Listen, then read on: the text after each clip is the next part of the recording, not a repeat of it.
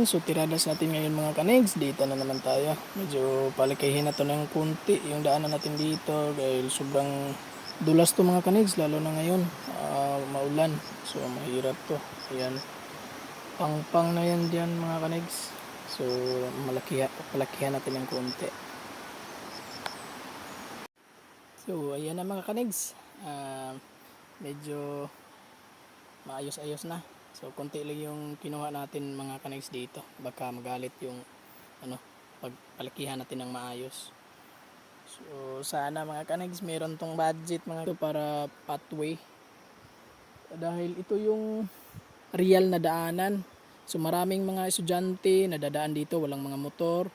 So kunti lang sa aming lugar mga kanigs, kunti lang yung may motor. So dati mga kanigs wala tong kaibahan. So sana ngayon bago na yung leader natin, yung punong barangay, at napakabait at very approachable yung punong barangay namin.